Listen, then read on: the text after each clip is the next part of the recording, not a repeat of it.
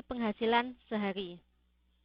Kemudian untuk satuan hasil potongan atau borongan atau komisi, penghasilan sehari itu dihitung dari pendapatan rata-rata per hari selama 12 bulan terakhir, tidak boleh kurang dari upah minimum provinsi atau kabupaten kota. Sedangkan untuk upah, oke, sebetulnya untuk upah borongan atau upah sebulan dihitung dari upah rata-rata 12 bulan terakhir. Untuk perhitungan uang pesangon diatur dalam Undang-Undang Nomor 13 Tahun 2003, di mana di sana disebutkan bahwa PHK karena perusahaan hendak melakukan efisiensi dan bukan karena kesalahan pekerja, atau mengacu pada pasal 164 tahun 164(3) Undang-Undang Ketenagakerjaan. Kemudian perhitungan uang penghargaan masa kerja, ketentuan uang penggantian hak. Itu. Teman-teman udah baca belum ini yang contoh kasus PHK ini?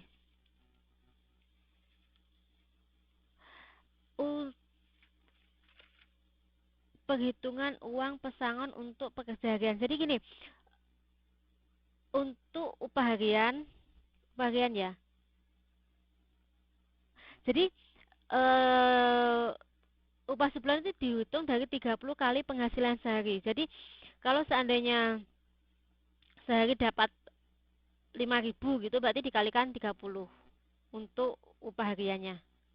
Untuk upah bulannya, sorry, untuk pekerja harian dalam upah sebulan. Jadi kalau sehari kita dapat upah 5.000, berarti dikalikan 30, itu upah sebulannya.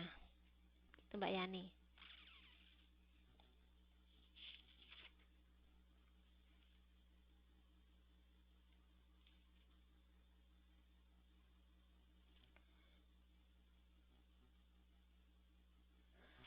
Kalau 20 tahun,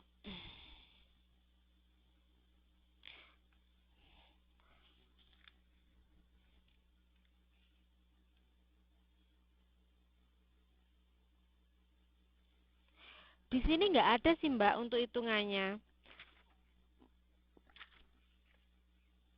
Pesangon.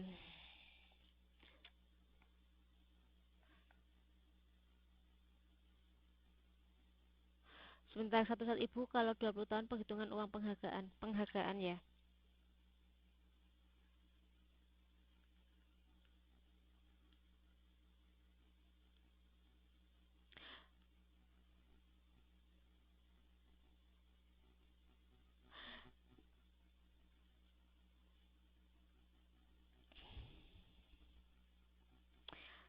Di sini mereka tidak menyebutkan sih Mbak untuk yang lebih dari 10 tahun ya. Coba saya searchingnya. 20 tahun dapat 21 bulan. Kalau kalau melihat dari rasio antara masa kerja dan besarnya pesangon sih kayaknya seperti itu. Karena kalau dia kurang dari 1 tahun dia kan 1 bulan. Kalau kurang 1 tahun sampai 2 tahun dia 2 bulan. Mungkin kalau dia 20 tahun, kalau dari hitung-hitungan ini mestinya dia 21 bulan. Ya, untuk apa? Pesangonnya 21 bulan gaji untuk dia yang bekerja lebih dari 20 tahun.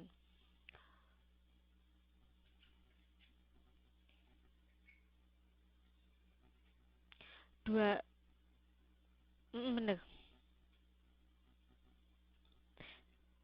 Ini paham nggak ya? Kan sebagai contoh gini ya, yang pertama kurang dari 1 tahun dia 1 bulan. Kalau yang kedua 1 tahun sampai kurang dari 2 tahun dia 2 bulan. Berarti kalau 20 tahun sampai kurang dari 21 tahun berarti dia 21 bulan. Dia taunya, oke. Ini apa lagi pertanyaannya ya? Udah masih 7 bulan.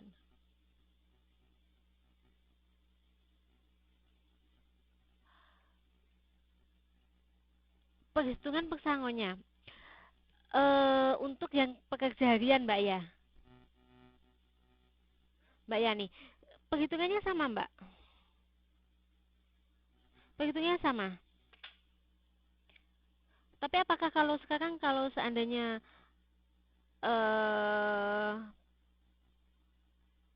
perusahaan mestinya itu tidak akan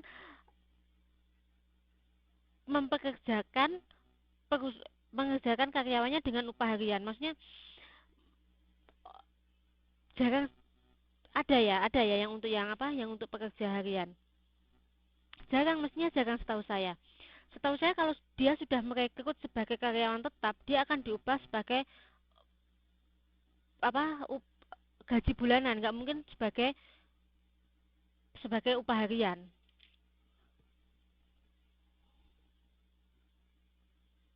Biasanya kalau harian itu kan untuk mereka-mereka yang biasanya masih kontrak kerja atau untuk pekerja musiman kayak kayak gitu kan yang dibilang dia sebagai upah harian. Ada pertanyaan yang lain? Mbak Yani masih mau tanyakah ini? Oke, sekarang kita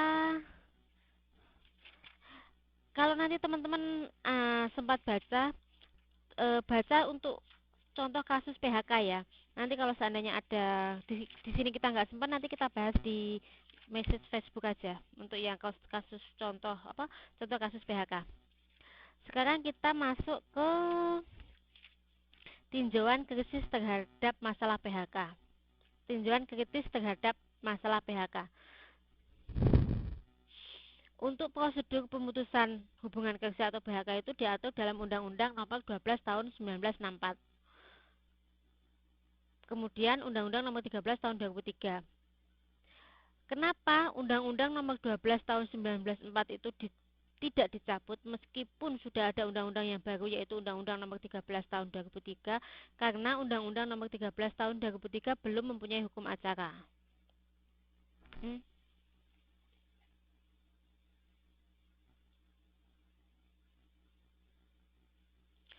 Kalau seandainya upah hariannya memang jarang tapi terjadi, bagaimana kalau upah pesangonnya disesuaikan?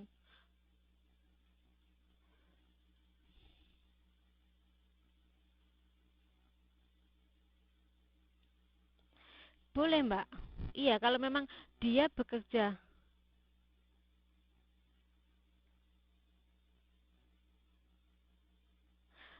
Bisa saja. Jadi kalau seandainya Mbak memperlakukan dia buruh harian gitu setelah entah berapa lama entah setahun atau 2 tahun Mbak akan melakukan PHK ke itu bisa mengacu ke ini masalah ke besarnya pesangon. Boleh. Karena ini kan besarnya pesangon dia dihitung berdasarkan upah bulanan. Kalau memang Mbaknya mau seandainya dalam kasus akan memberikan pesangon ke pekerjanya, sedangkan pekerjanya itu sebagai buruh harian, boleh. Jadi penghasilannya tadi ya seperti tadi yang dihitung tadi. Jadi kalau seandainya pekerjanya Mbak bekerja dalam satu hari digaji 5.000, berarti kan upah satu bulannya kan 5.000 kali 30.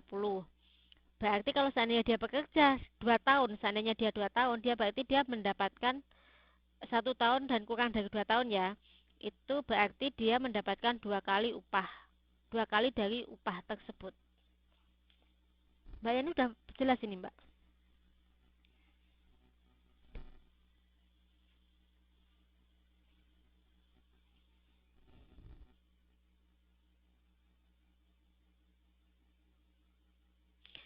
Oke, kalau sudah jelas kita lanjut. Ini ada 10 masalah utama yang menyangkut mengenai PHK. Yang pertama, poin A, lembaga P4D di lapangan mencerminkan lembaga pengadilan semu, yaitu kuasi peradilan, yaitu peraturan lembaga dalam undang-undang yang tidak jelas. Kemudian, yang kedua undang-undang yang mana lembaga P4D dan P4P memutuskan fiat eksekutif, yang mana jika salah satu pihak tidak puas mengajukan banding ke pengadilan tata negara usaha. Di sini kan dia juga ada masalah juga karena sepertinya kan akhirnya lembaga P4D dan 4P tidak punya kekuatan hukum. Kemudian yang poin C, dalam proses PHK ternyata ada yang tidak berimbang, yaitu tidak mengatur hal-hal yang boleh dilakukan tapi mengatur hal-hal yang tidak diperbolehkan. Jadi di undang-undang PHK itu hanya mengatur hal yang boleh dilakukan tapi tidak mengatur hal yang tidak diperbolehkan. Kemudian lembaga P4D dan P4P terdiri atas 3 elemen, yaitu wakil dari buruh, wakil dari perusahaan, serta wakil pemerintah. Kemudian dalam aplikasinya, sebenarnya kan tujuannya kenapa dia dibentuk dari 3 lembaga itu kan agar ada netralisasi, jadi tidak keterpihakan satu dengan yang lainnya. Tapi kan pada kenyataannya tidak adanya transparansi serta berlakunya KKN. Kemudian proses pemeriksaan di P4D dan P4P seringkali tidak membicarakan masalah hukum secara terperinci. Salah satu masalahnya karena anggotanya belum tentu berlatar belakang hukum. Poin selanjutnya yang F, Depnaker tidak punya kuasa untuk mengakui serikat pekerja. Sesuai dengan Undang-Undang Nomor 21 Tahun 2000 menyatakan serikat pekerja adalah lembaga independen, yang mana negara tidak mempunyai data serikat pekerja. Itu juga suatu masalah. Yang ke poin G, buruh menjadi anggota serikat pekerja, yang mana serikat pekerja wajib menjadi wakil buruh. Kemudian jika bukan anggota serikat pekerja dapat membela kepentingan buruh non anggota dengan surat kuasa. Kemudian yang poin H, PHK yang disebabkan oleh kejahatan atau kejahatan besar seperti mencuri, kesalahan berat masuk dalam lingkungan pidana dengan asas praduga tak bersalah. Kenyataannya, PHK dapat dilakukan oleh pihak perusahaan dan tidak menghargai asas praduga tak bersalah. Di poin I, hubungan kerja yang berdasarkan kontrak kerja lebih disenangi oleh pengusaha karena tidak ada keharusan bagi pengusaha memberikan pesangon, yang seperti sudah saya jelaskan tadi. Karena kan kalau dia masih dalam kontrak kerja kan perusahaannya tidak perlu saat dilakukan PHK mereka tidak usah memberi pesangon. Kemudian poin J, perusahaan menetapkan masa percobaan dalam kontrak kerja dalam 6 bulan atau setahun. Dalam undang-undang masa percobaan